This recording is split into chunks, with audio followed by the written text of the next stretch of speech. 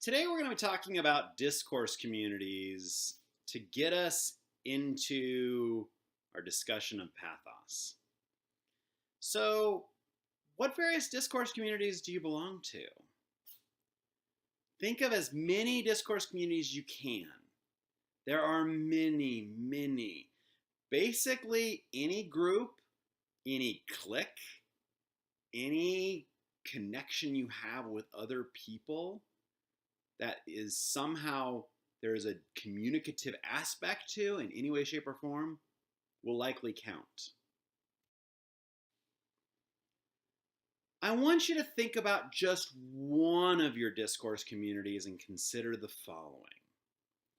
What are some of the unique words or expressions used by this discourse community?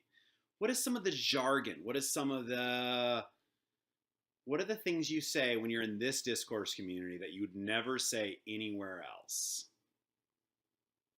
How do people in this discourse community dress?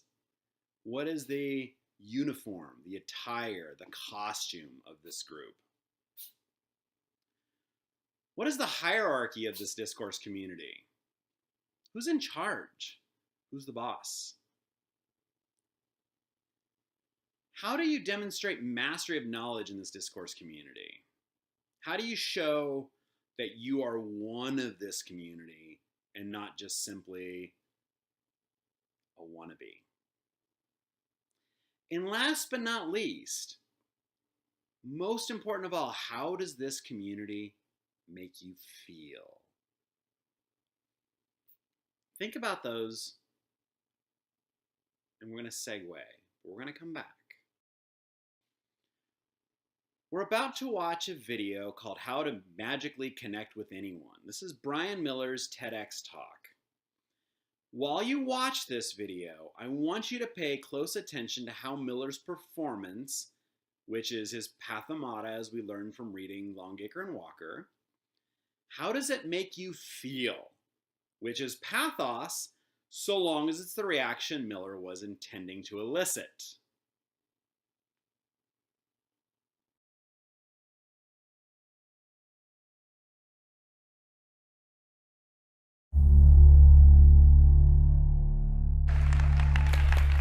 Thank you. Our world is a shared experience, fractured by individual perspectives, yours and mine. Imagine if we could all understand each other. When I first started my career in magic, I was doing a lot of performing in restaurants, table-to-table card tricks, coin tricks, sleight of hand, and woo. You got a good seat for this. And this one night, I was on fire. I remember it. I was fast and funny. My moves were perfect. I was unstoppable.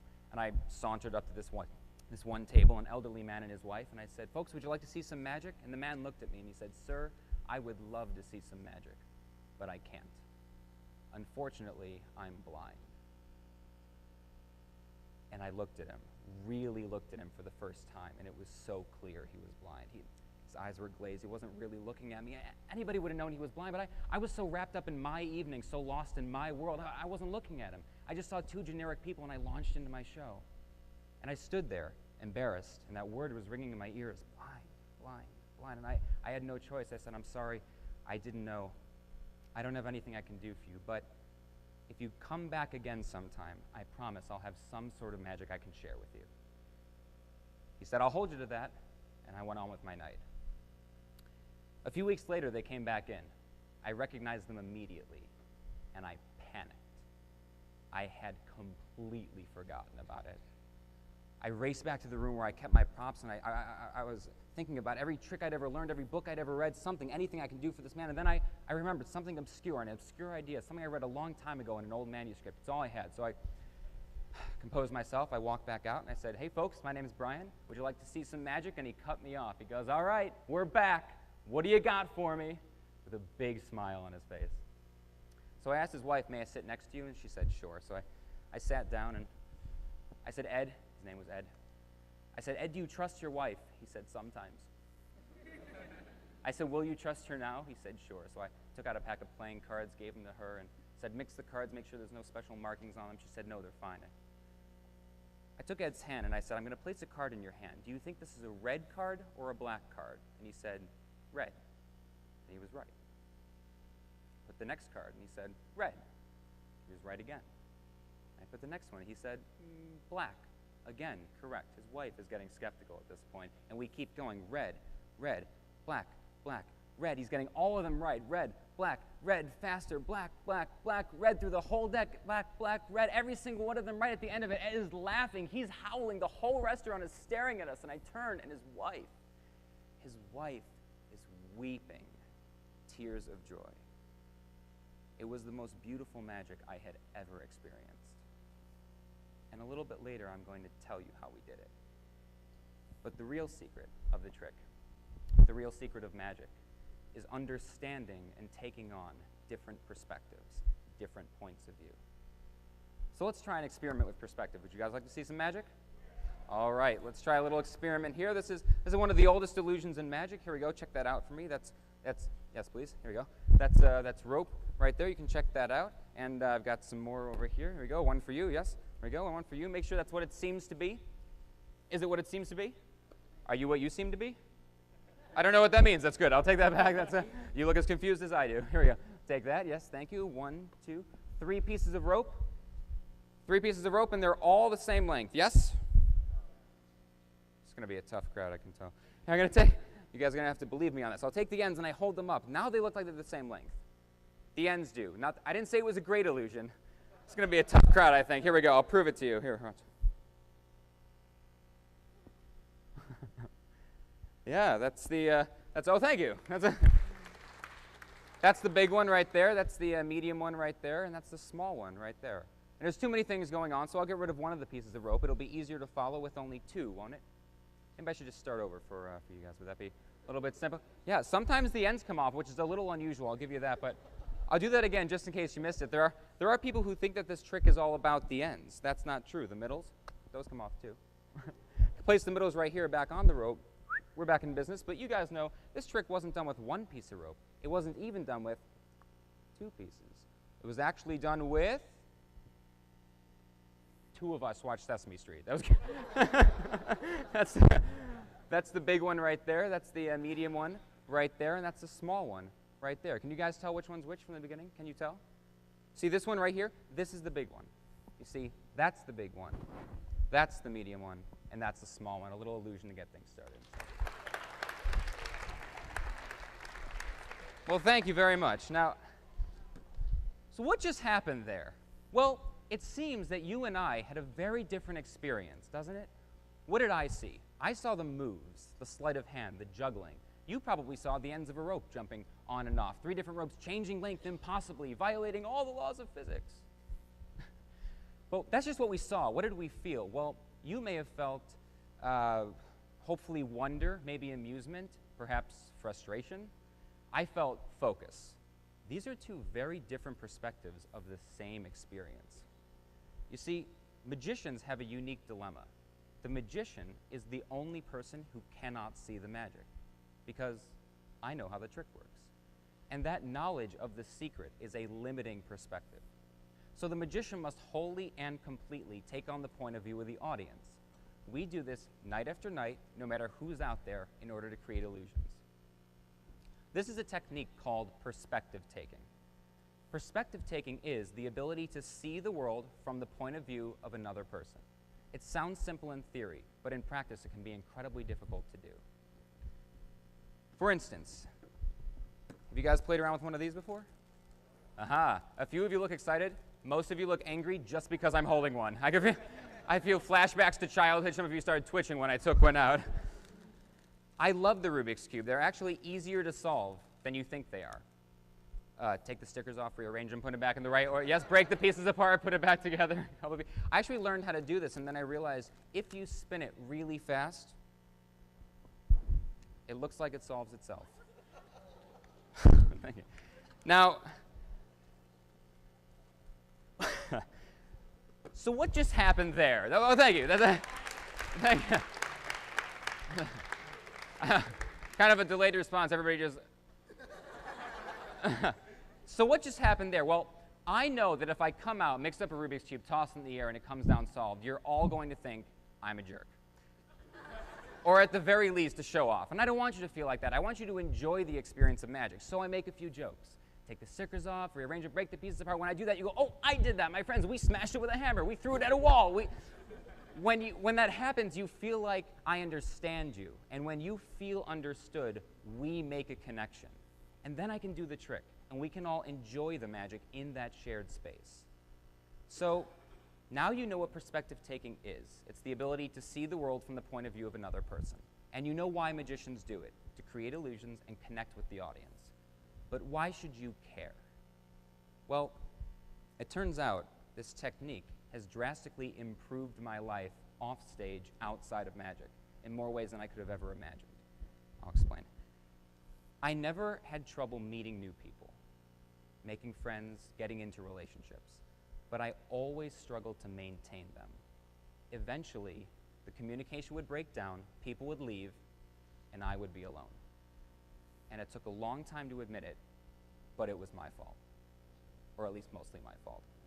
The people in my life didn't feel like I was invested in them. Now, that wasn't true, but it doesn't matter. It's not enough to care about somebody. It's not enough to understand them. They have to feel understood. They have to feel cared about. And I wasn't doing that. And then I took this technique I had honed on stage, and I started using it outside of magic, and I realized I could make better, more meaningful connections with people. I met friends, incredible friends that have lasted years. I met a beautiful, fiercely intelligent woman, the love of my life, and I held on to that relationship. We're actually engaged to be married. Oh, thank you. She'll be happy to hear that. None of that would have been possible before. So of course the question then becomes how? How do you do it? How do you do perspective taking? Well, first you need to understand the difference between visual perspective and emotional perspective. Magicians traditionally deal with visual perspective. We need to know literally what the trick looks like to the audience. So we practice in front of mirrors, we film ourselves and watch it back, but relationships are primarily about emotional perspective. How is somebody feeling about our interaction? It seems like a difficult thing to do, to get to know someone's emotional perspective, but let's get back to Ed and his wife. The relevant question for Ed was, what would magic feel like to someone who is blind? I didn't want Ed to feel tricked. That was important to me. I don't know, but I have to imagine if you're blind, you could be tricked by anybody at any time. So I didn't want Ed to feel tricked. I wanted him to feel magic. I wanted him to be magical. And his wife, this woman who spends her life looking out for him, I wanted her to see him in that light and for them to share in that experience together. So if you want to get to know someone's emotional perspective, one of the simplest ways to do it, ask. Ask questions. Too often we're afraid to ask people questions because we feel like it will be rude or somehow they won't want to answer, but we underestimate people's willingness to answer our questions. Before the trick, I asked Ed, have you always been blind? He said yes. To me, that was crucial, relevant information. It seems that a person who has never been able to see will have a different perspective from somebody who had their sight and then lost it to accident or to illness. With Ed, I can't even use the language of sight. So by asking questions, I can adjust my tone, my demeanor, even my language, so that he feels understood and we can make a connection. Now, if you're going to learn this, it's important not simply to ask questions, but to listen to the answers and listen to understand. Don't just listen to respond or to reply. You've heard it before. This is where I went wrong most in my life, I think. You've heard it before, and we're all guilty of it from time to time, but too often we listen to people only with the intention of coming up with something clever to say. So as soon as their lips stop moving, we can jump in and say our thing. We've all done it, we're all guilty of it, but I did this especially badly, and I think to the detriment of my relationships. Have you ever asked for somebody's name and instantly forgotten what it was? You know why we forget people's names? Because while they're telling us their name, we're thinking about how we're going to say ours. First name, last name, Mr. Miller, Brian, put out your hand. We're not listening. We're on our end of the conversation only. So you can start to learn this technique. Ask questions, listen to understand the answers. When you do that, I think you'll find you can make better, more meaningful connections with people, personally and professionally. It drastically improved my life, and I really believe it can improve yours. So, Ed. How did Ed, a blind man, see the cards? The answer, as in most great magic, was actually very simple. I sat across from him, and underneath the table, I placed my foot gently on top of his. And then I gave him these instructions. I said, if you think the card is a red card, and I pushed my foot down on his once, then you say red. If you think it's a black card, and I pushed my foot down on his twice, then you say black. I was teaching Ed a secret system of communication where I would let him know what color the card was by the foot taps, once for red, twice for black. And I repeated the instructions. If you think it's a red card, say red. If you think it's a black card, say black. And then I squeezed his hand gently and I asked, do you understand? And he smiled and he said, yes, I understand. And I knew then that we had connected. When it was all said and done, I taught his wife how we did it, like I just taught you, so they could go do it for their friends and family. And Ed was so excited, he couldn't wait to see his grandkids that weekend so he could, quote, freak them out completely. See, magic isn't about the technical skill. Magic isn't about a trick or even the secret. Magic is about connecting. Life is about connecting. And connecting is about taking on other points of view. You see, our world is a shared experience, fractured by individual perspectives. Imagine if we could all feel understood. Thank you.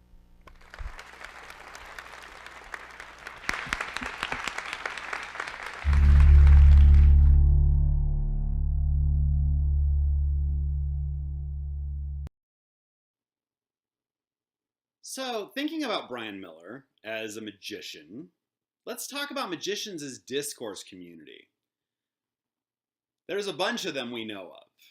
I mean, obviously we have Miller here, but there's also Penn and Teller, there's Chris Angel, there's David Blaine, there's David Copperfield, there's all the way back to Harry Houdini.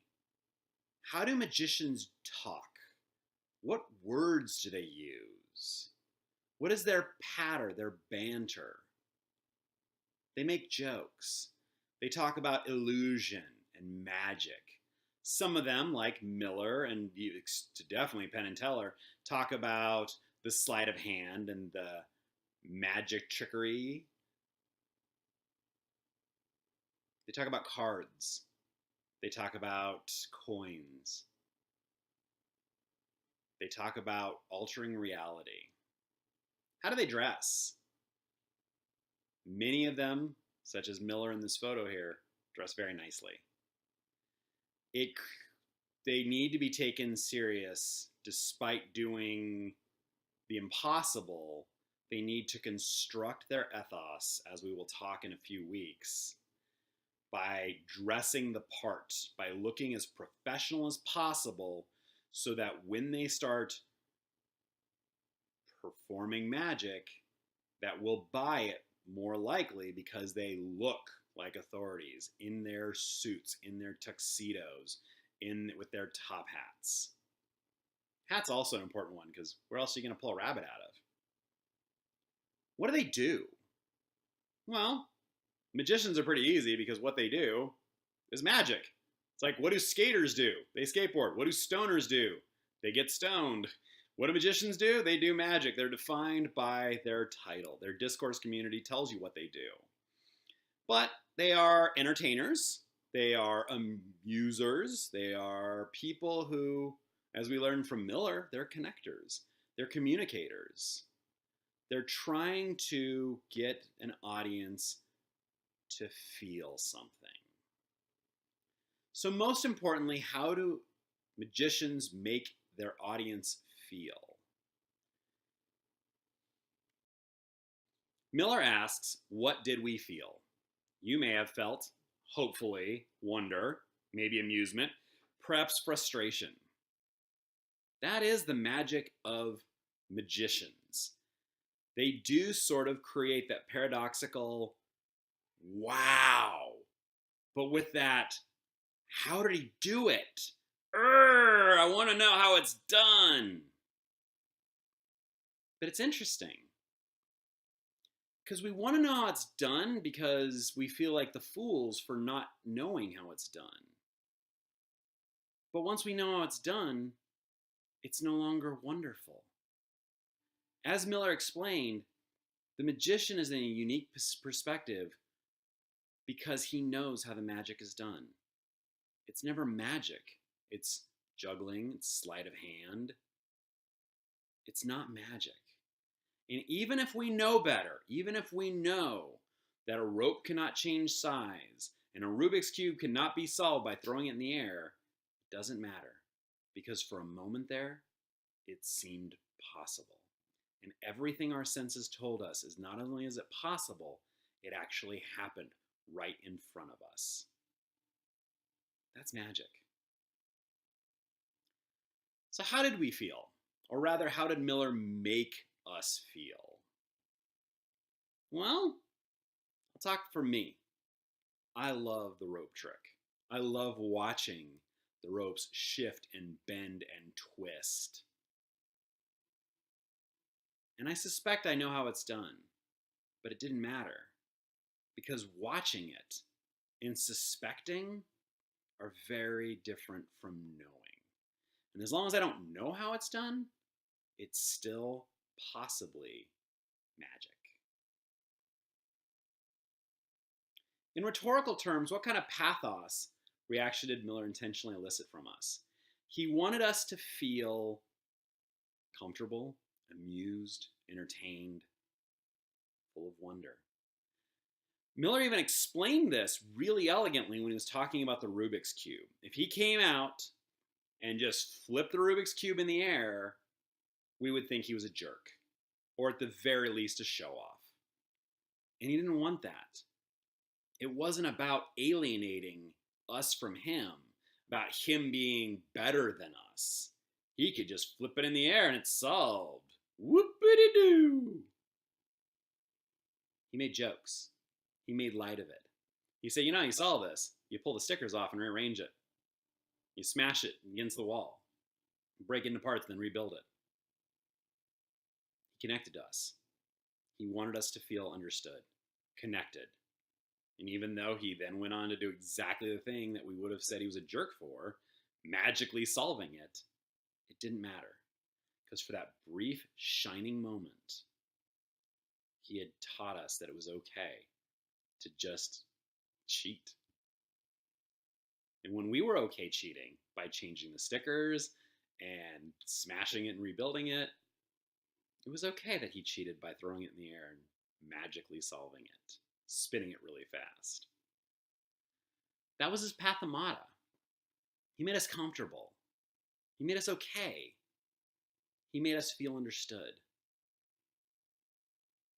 That's what we're talking about this unit. We're trying to understand. And we're taking on another perspective.